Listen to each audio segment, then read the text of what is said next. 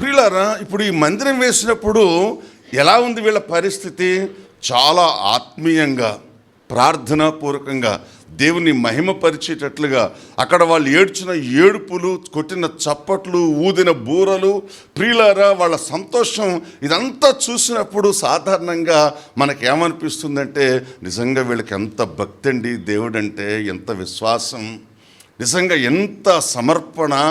వాళ్ళని చూసినప్పుడు ప్రియులారా ఎవరికైనా సరే ఈ సన్నివేశాన్ని చూసినప్పుడు ఎవరికైనా సరే చాలా ఇన్స్పైర్ అయిపోతాం మనం. ఆ తర్వాత జరిగిన పరిస్థితి తెలుసా అండి? పునాది వేసిన తర్వాత ఏడ్చారు, సంతోషించారు, డమ్ములు కొట్టారు, బోరలేదారు, ఎగిరారు, దునికారు, అన్ని చేశారు.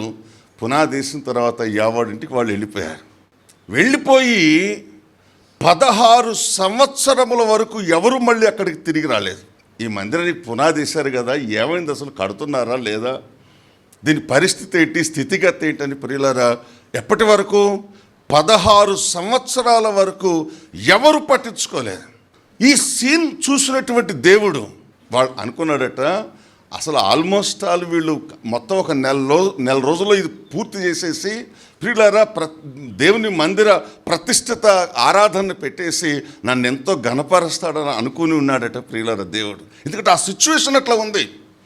వాళ్ళ హడావుడి, వాళ్ళ ఆర్భాటం, వాళ్ళ స్తోత్రాలు, వాళ్ళ ఏడుపులు, వాళ్ళ పెడబెబ్బలు చూసి ప్రియులారా 1 సంవత్సరం, 2వ సంవత్సరం, 3వ సంవత్సరం చూద్దాం అసలు వీళ్ళు వస్తారా రారా, ఏం చేస్తారో చూద్దామని 16 సంవత్సరాలు వెయిట్ చేశారట ప్రియులారా. 16 సంవత్సరాల తర్వాత ఆ కాలంలో బ్రతుకున్నటువంటి హగ్గై ప్రవక్తను ప్రేరేపించి ఇప్పుడు అతనితో మాట్లాడుతున్నాడు. ఈ 5-7 వచనాలలో ఏమని మాట్లాడుతున్నాడంటే, మీ ప్రవర్తన ఏంటి, అసలు మీ ప్రవర్తన ఏంటి? ఆ రోజు పునాది వేసినప్పుడు మీ ప్రవర్తన ఎట్లా ఉంది, ఇప్పుడు మీ ప్రవర్తన ఎట్లా ఉంది? అందుకే నేను అంటాను, అస్సలు ఏడ్చేటోళ్ళని నమ్మొద్దు అంటాను నేను. అతి భక్తి చేసే వాళ్ళని కూడా నమ్మొద్దని చెప్తుంటాను నేను. ఎందుకంటే వేషధారులు ఉంటారు, లోకంలో ఉన్నట్లుగానే భక్తుల్లో కూడా ఉంటారు ప్రియుల. అందుకే నా మట్టుకైతే నేను నమ్మను, అంత తొందరగా ఎవరిని నమ్మను. నేను నమ్మాల్సిన అవసరం కూడా నాకు లేదు. అదేందని గట్టిగా అడిగితే దేవుని వాక్యం కూడా చెప్తుంది ఎవరిని నమ్మొద్దని.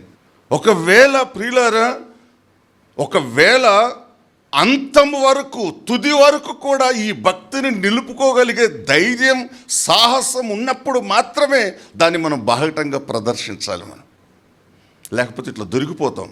మనుషులకు కూడా తెలిసిన మనం ఏం చేయలేం, కానీ దేవుడికే దొరికిపోతాం ప్రియులారు. దేవుడు కూడా చూస్తాడు, దేవుడు కూడా చూస్తాడు.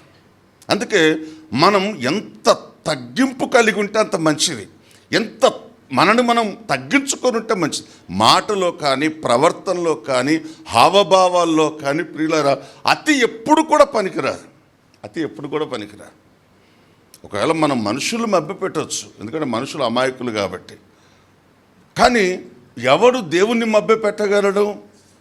ఎవరు దేవుడు అంటే ఎందుకు ప్రియులారా? ఈ విషయాలు మనం పరిశీలించి చూసినట్లయితే మరి ఏం చేస్తున్నారట వీళ్ళు ఏం చేస్తున్నారటంటే, ప్రియమైనటువంటి దేవుని బిడలారా 9వ వచనంలో మనం పరిశీలించి చూసినట్లయితే, విస్తారముగా కావాలనని మీరు ఎదురు చూచితిరి కానీ కొంచెముగా పండెను, మీరు దానిని ఇంటికి తేగా నేను దానిని చెదరగొట్టి తిని, ఎందుచేతనని యెహోవా అడుగుచున్నాడు. నా మందిరము పాడై ఉండగా మీరందరూ మీ ఇండ్లు కట్టుకొనుటకు త్వరపడుట చేతనే కదా. దేవుని స్తోత్రం కలుగును గాక. పరిశుద్ధ బైబిల్ గ్రంథంలో మనం పరిశీలించి చూసినట్లయితే అక్కడ మందిరం ఆ పరిస్థితుల్లో ఉంది. Praise Lord. అక్కడ ఏడ్చారు, పాటలు పాడారు, చప్పట్లు కొట్టారు, ఎగిరారు ప్రియులారా. ఆ తర్వాత వచ్చి వీళ్ళు ఏం చేస్తున్నారటంటే తమ ఇండ్లు కట్టుకోవటం ప్రారంభించారట.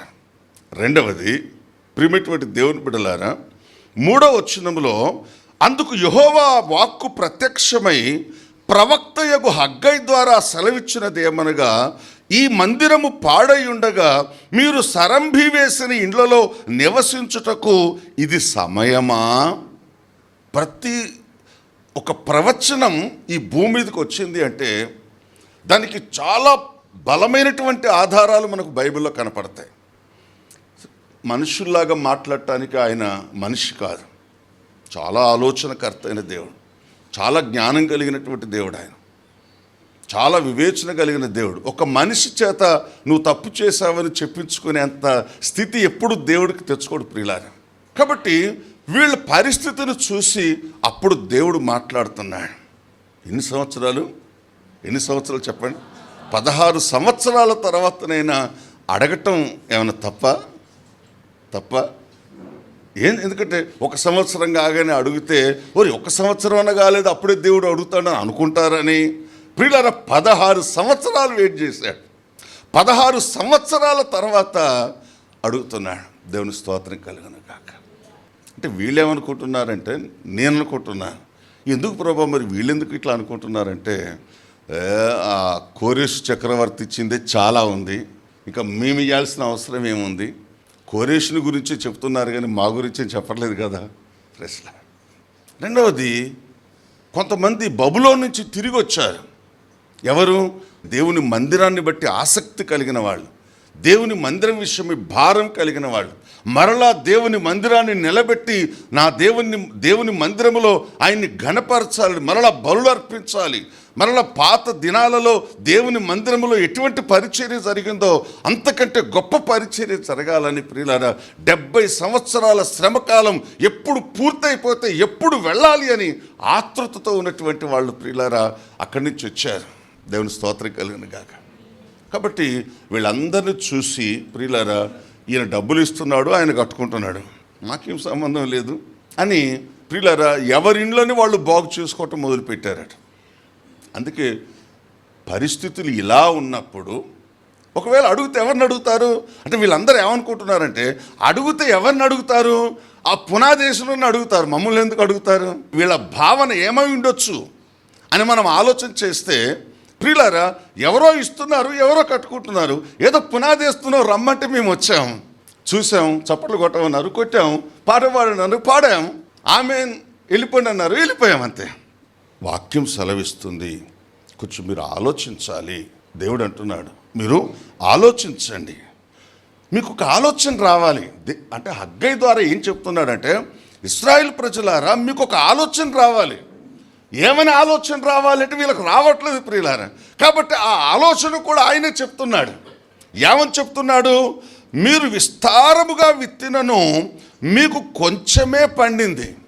రెండవది, మీరు భోజనము చేయుచున్నను మీ ఆకలి అస్సలు తీరట్లేదు, దరిద్రమంతా కడుపులోనే ఉంది. పానము చేయుచున్నను దాహము తీరకై ఉన్నది. బట్టలు కప్పుకొనుచున్నను చలి ఆగకున్నది.